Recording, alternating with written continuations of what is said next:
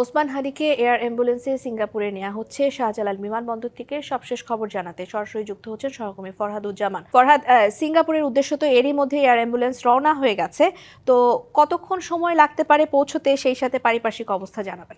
জানেন যে ইতিমধ্যেই কিন্তু ৮ নম্বর গেট দিয়ে যে অ্যাম্বুলেন্সটি প্রবেশ করেছিল সেটা কিন্তু ইতিমধ্যেই প্রবেশ করেছে। কিছুক্ষণ আগে আমাদের সঙ্গে স্বাস্থ্য মন্ত্রণালয়ের বিশেষ সহকারী ডাক্তার সাইদুর রহমান কথা বলেছিলেন, তার সাথে কিন্তু স্বাস্থ্য উপদেষ্টা ছিলেন।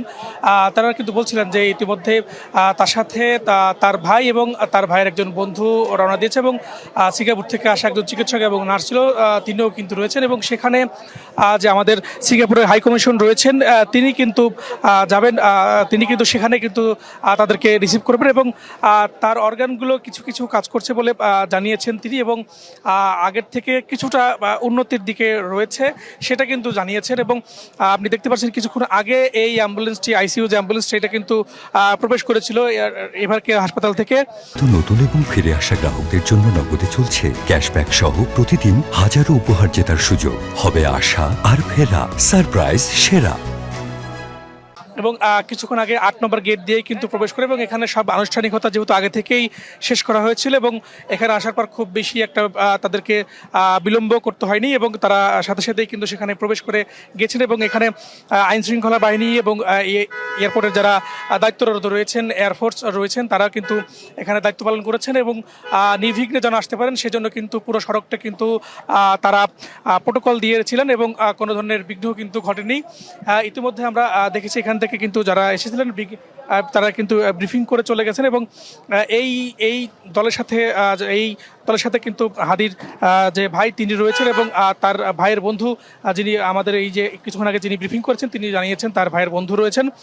পাশাপাশি সিঙ্গাপুর থেকে আসা যে চিকিৎসক ছিলেন তারাও কিন্তু রয়েছেন। আজকে ১১টা ২২ মিনিটের দিকে এয়ার অ্যাম্বুলেন্সটি শাহজালাল আন্তর্জাতিক বিমানবন্দরে এসে পৌঁছায় এবং তারপরে ওখান থেকে দুপুর ১:৩০ নাগাদ কিছু আগে কিন্তু তারা সেখান থেকে এই অ্যাম্বুলেন্সটি কিন্তু আসেন এবং এটি কিন্তু একটি আইসিইউ অ্যাম্বুলেন্স ছিল। এবং আমরা জানি যে গত শুক্রবার দুপুরের দিকে হাদিকে যে গুলি করা হয়েছিল তারপর থেকেই তিনি কিন্তু ঢাকা মেডিকেলে চিকিৎসার পর এভার কেয়ার হাসপাতালে ছিলেন এবং সেখান থেকেই কিন্তু আজকে তাকে অ্যাম্বুলেন্সে করে এয়ারপোর্টে নিয়ে আসা হয়েছে এবং তার জন্য যে এয়ার অ্যাম্বুলেন্সটি আনা হয়েছিল সেই এয়ার অ্যাম্বুলেন্সে করেই কিন্তু তিনি রওনা হয়েছেন।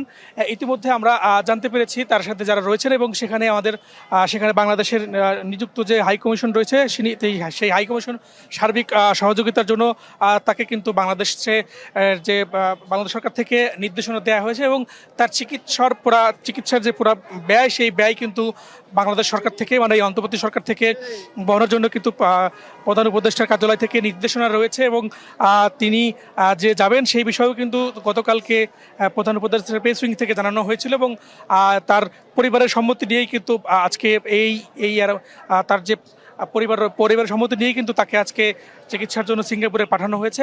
আপনি দেখতে পাচ্ছেন ইতিমধ্যে কিন্তু ৮ নম্বর গেটটি বন্ধ করে দেওয়া হয়েছে এবং এখানে গণমাধ্যম কর্মীরা পাশাপাশি যারা আইনশৃঙ্খলা বাহিনী রয়েছে তারাও কিন্তু ছিলেন। তো এই ছিল আমার কাছে এয়ারপোর্ট থেকে সর্বশেষ তথ্য। ঋতুবানা। ফরহাদ, ধন্যবাদ আপনাকে।